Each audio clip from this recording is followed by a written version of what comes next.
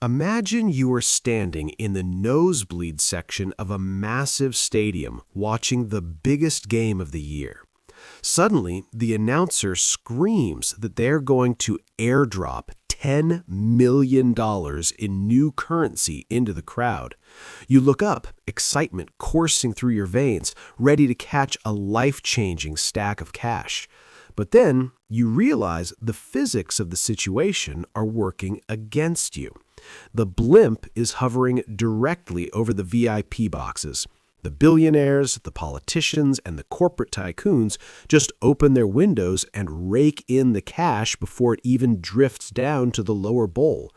They are ecstatic. They immediately go to the high-end bars and private shops, buying every available item at the old price. They just got rich because they used the new money to buy real assets before the rest of the stadium had any idea what was happening. But what about you? By the time the wind carries those crumpled bills down to your section, the shop owners have realized they have a massive problem. They're sold out. To restock, they have to pay much more. They raise prices drastically to deal with the sudden rush of demand. By the time you catch your first $100 bill, the hot dog that used to cost $5 now costs $15. You didn't get richer, you just got diluted.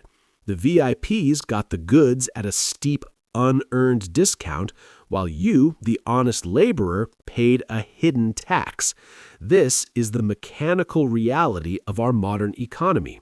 It's called the Cantillon Effect. Most people think money is neutral.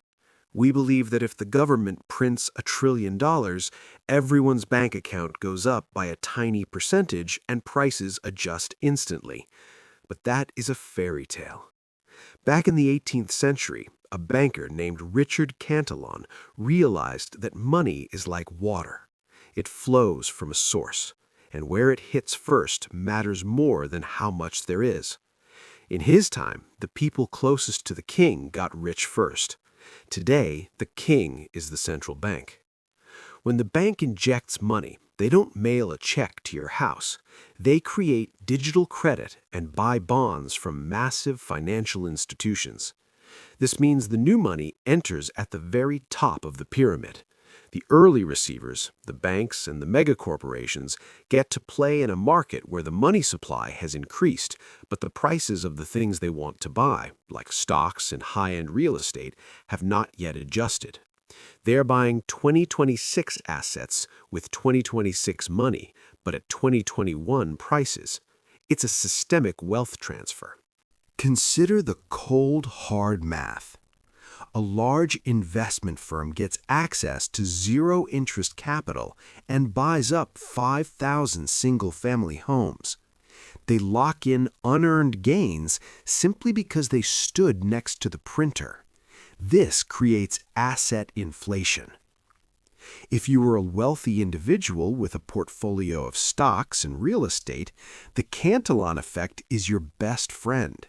But if you are a wage earner, you are the victim of the lag. By the time that money trickles down to your paycheck, the housing market has already exploded. You are receiving the money last, which means you are receiving it at its lowest possible purchasing power. The psychological toll of this is immense. It gaslights you into thinking you're not working hard enough.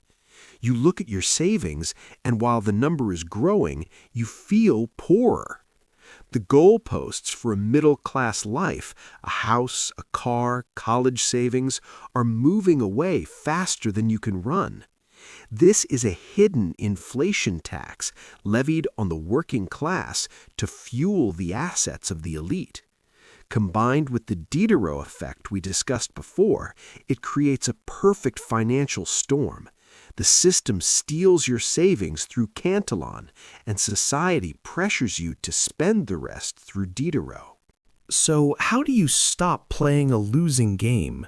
You cannot stop the waterfall of money, but you can change where you stand. The biggest mistake is trying to save your way to wealth in a currency that is being diluted. If you keep your wealth in cash, you are standing at the bottom of the waterfall, letting inflation wash away your hard work. To win, you must behave like the rich. You need to become an owner, not just an earner. Move your capital into scarce assets that float on top of the tidal wave of printed money. This is why the wealthy love real estate, index funds, and hard commodities. These cannot be printed at the push of a button. Additionally, understand the power of fixed-rate debt. In an inflationary environment, borrowing cheap money to buy an appreciating asset is essentially shorting the dollar. You pay back the bank with future dollars that are worth far less than the ones you borrowed today. Finally, increase your income velocity. Don't let your labor be diluted by the delay in money flow. Stop being the late receiver who pays full price with devalued money. Start positioning yourself as an early receiver who owns the assets that benefit from the financial tide. You have the knowledge now. You can choose to remain in the nosebleed seats, or you can find your way onto the field. Hit like if this video explained a frustration you felt for years. Subscribe to Global Money Lab to hack the system. I'll see you in the next analysis.